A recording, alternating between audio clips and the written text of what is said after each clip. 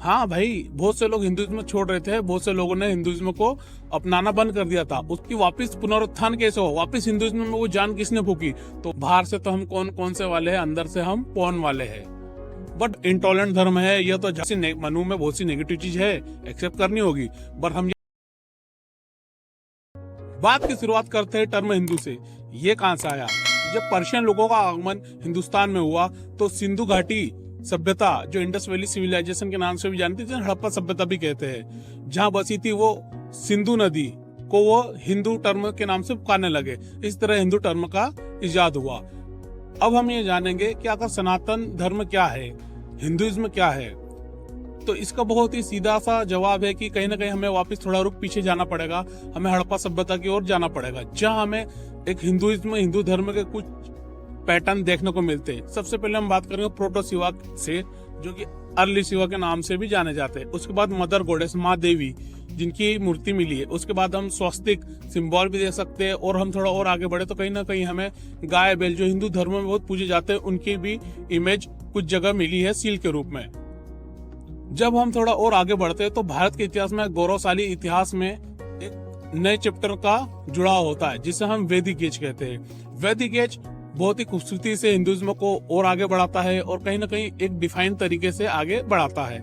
इसमें हम देखते हैं कि 33 कोटि देवी देवताओं का जिक्र है। जब हम वैदिक एज में बात करें तो हमें Indira the God of rain, Varuna the God of जल, अग्नि the God of fire, Usha the deity of day and night का जिक्र मिलता है। इसी प्रकार 33 कोटि देवी देवता है, जो कहीं ना कहीं नेचर वर्शिप या नेचर से लिंक है। तो मैं यह कह सकता हूँ कि ट्राइबल कम्युनिटी या आदिवासी जो भी एक परंपरा फॉलो करते हैं नेचर वर्शिप की, सनातन जीवन शैली का हिस्सा है, सनातन जीवन शैली ही है। जब हम इस चीज को और आगे देखें तो क्या हिंदुइज्म में कभी डिक्लाइन हुआ था? हाँ भाई, बहुत से लोग हिंदुइज्म छोड़ रहे थे, बहुत से लोगों ने हिंदुइज्म को अपनाना बंद कर दिया था। उसका रीजन था कि कुछ रीति रिवाज और परंपरा है कुछ लोगों द्वारा इतनी हावी और इतनी सख्ती से लगाई जा रही थी कि कहीं ना कहीं लोगों की आर्थिक और सामाजिक स्थिति बहुत तरीके से डिक्लाइन होने लगी, नीचे गिरने लगी। इसका बहुत एग्जाम्पल है कि उसी दौरान 70 से अधिक हेटेरोडॉक्स सेक्ट्स का जन्म हुआ, जिनमें बुद्धिज्म और जैनिज्म भी है। तो सवाल आता है कि वापस पुनरुत्थान कैसे हो, वापस हिंदुइज्म में वो जान किसने फूकी? तो यहाँ जिक्र करना जरूरी होगा हमारे महान आदि गुरु शंकराचार्य का। शंकराचार्य जी ने सारे हिंदुइज्म को धागे में पिरोसा दिया। उन्होंने 4 पीठों की स्थापना की। कर्नाटक का सिंगेरी हो, द्वारका गुजरात हो, पूरी उड़ीसा हो या उत्तराखंड जोशीमठ हो, पूरे हिंदुइज्म को एक धागे में पिरोसा दिया। उन्होंने पंचायतन स्टाइल को जनता के सामने लाया, जिसकी वजह से 5 सुप्रीम गॉड गॉडेस को एक साथ पूजने की परंपरा स्टार्ट हुई और इस परंपरा में यूनिफिकेशन को आगे बढ़ाया। इसी तरह उन्होंने ज्ञान मार्ग को अपनाया। उन्होंने ज्ञान मार्ग को हिंदुइज्म की ताकत बनाया, जिससे कि उन्होंने हर धर्म में आने वाले हर व्यक्ति के हर सवाल का जवाब दिया और उन्हें काउंटर करा और हिंदुइज्म को एक पुख्ता धरती पर, अपनी ही धरती पर एक वापस स्थान दिलाया। और जब हम और आगे बढ़ते हैं तो क्या हिंदुइज्म में कोई और दाग है?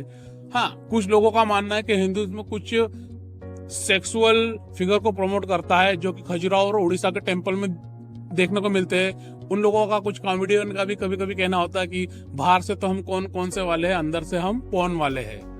बट बात इसकी रियलिटी आती है कि हिंदू धर्म क्लियर कट 4 चीजों को अपने सेंटर पर रखता है: धर्म, अर्थ, काम, मोक्ष। जीवन की सारी रचनाएं आप किसी भी खास टेम्पल हो, जो कुछ बड़ा टेम्पल हो, उसमें बाहर नैरेटिव स्टोरी के रूप में देख सकते हैं, जो शिखर के आसपास बनी होती है।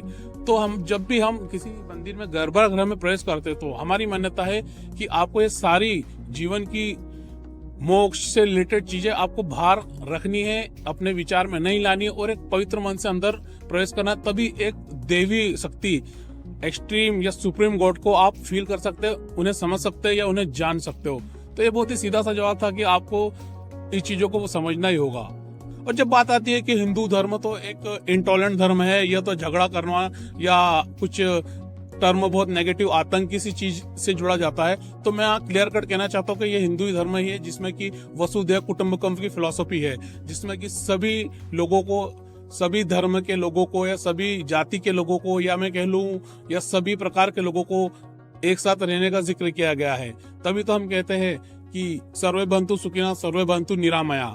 इसी तरह मैं आपको और सरल तरीके से समझाऊं तो एक छोटा सा कॉन्टेक्स्ट है लॉर्ड शिवा। लॉर्ड शिवा की बारात में आप देवगण मनुष्यगण, राक्षसगण सभी का इंक्लूड होना देख सकते थे।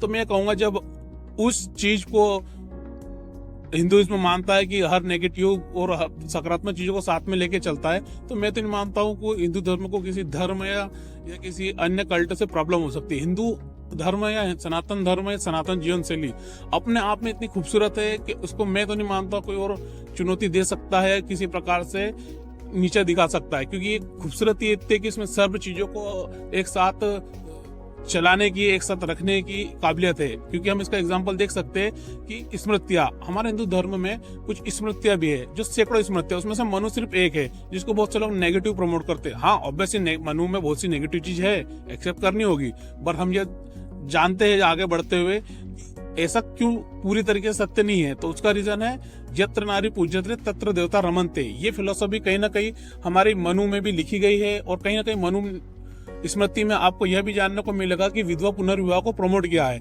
जो कि राजा राम मोहन ने भी लेटर ऑन जनता को समझाने के लिए इस्तेमाल किया है। तो कहीं ना कहीं हमें हिंदुइज्म में हर चीज को जब स्थान दिया गया तो हमें सिर्फ पॉजिटिव और अच्छी चीज निकालनी है, क्योंकि हम हर विचारधारा को नेगेटिव हो या सकारात्मक हो, उसको हिंदू धर्म में स्थान दिया गया है और उसको अपना व्यू रखने का मौका मिला है। जब हम इसके आगे और बढ़ते हैं तो हमें यह जानना होगा कि आज वर्तमान स्थिति में हिंदुइज्म की क्या स्टेटस है। तो मैं ये कहूंगा कि हाँ, आज भी हमारा हिंदू धर्म का फल फूट रहा है, बढ़ रहा है, पर कहीं ना कहीं हमें कुछ नकारात्मक चीजों से बढ़कर देश हित में आगे सोचना होगा, क्योंकि धर्म अपनी जगह है ही है, पर हमें देश के लिए सबसे पहले सोचना होगा कि देश है तो धर्म है। क्योंकि आज दूसरों से लड़ने के लिए सेना है, पर अपनों से लड़ने के लिए कोई नहीं है। तो मैं आप सभी से यही निवेदन करूंगा कि एक भाईचारा का माहौल, एक प्यार का माहौल के साथ देश में रहिए और सभी धर्म के लोग साथ में बने रहिए। इसी प्रकार के इन्फॉर्मेशन के लिए हमें लाइक, शेयर और सब्सक्राइब जरूर करें। धन्यवाद।